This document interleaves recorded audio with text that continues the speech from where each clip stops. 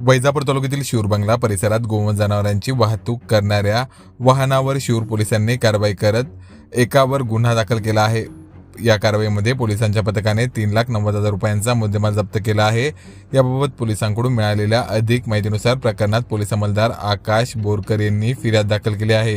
त्यांनी दिलेल्या फिर्यादीनुसार 25 मे रोजी सकाळी 8:30 वाजेच्या सुमारास नांदगाव ते छत्रपती संभाजीनगर रोडवरील शिऊर बंगल्याच्या पुढे स्वामीराज मंगल कार्यालयासमोर संशयित वाहनाची तपासणी करण्यात आली। संशयित वाहन क्रमांक MS05DK 6027 मध्ये गोवंश जनावरे कोंबून भरल्याचे आढळून आले।